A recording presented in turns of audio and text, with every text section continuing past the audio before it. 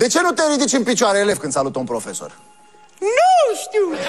Tu chiar ești nesimțit? Nu știu! Că știi că prietenul tău e un obraznic și jumătate. Nu se poate așa ceva. Deja l-am salutat de 2 ori.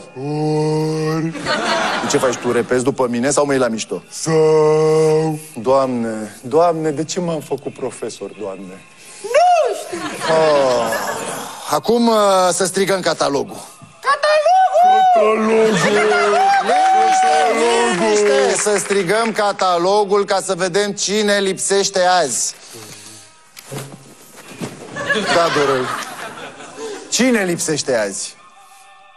Nu știu! Mă, băiatule, tu ești nebun? De ce te-ai ridicat în picioare dacă nu știi? Nu știu! Da, vă că poți să te ridici în picioare. Acum stai jos. Stai, domnule, jos. Nu știi să stai jos? Desenează o schemă colegului tău sau arată-i tu.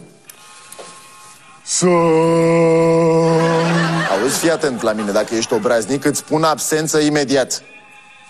Deci sau taci din gură când vorbesc eu, sau îți spun absență. Sau... Fii atent că îți scad nota la purtare. Auzi ce zic? Da... Așa. Așa... Păi, de ce vorbiți acolo, băi? Ce șușotiți acolo? Nu